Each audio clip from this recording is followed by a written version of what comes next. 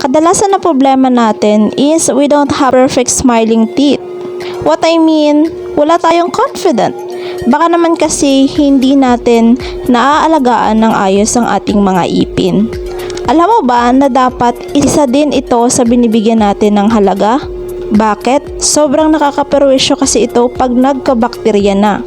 Marami sa atin naghahanap ng perfect toothpaste na makakatulong para ma-improve ang magandang ipin. Aminin, isa sa pinakamahirap tiisin pag sumakit na ang ating mga ipin.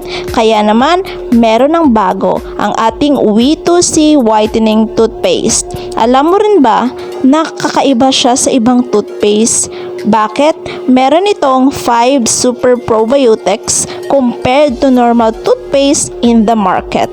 Dahil dito, makakatulong ito para mabawasan ang oral bacteria.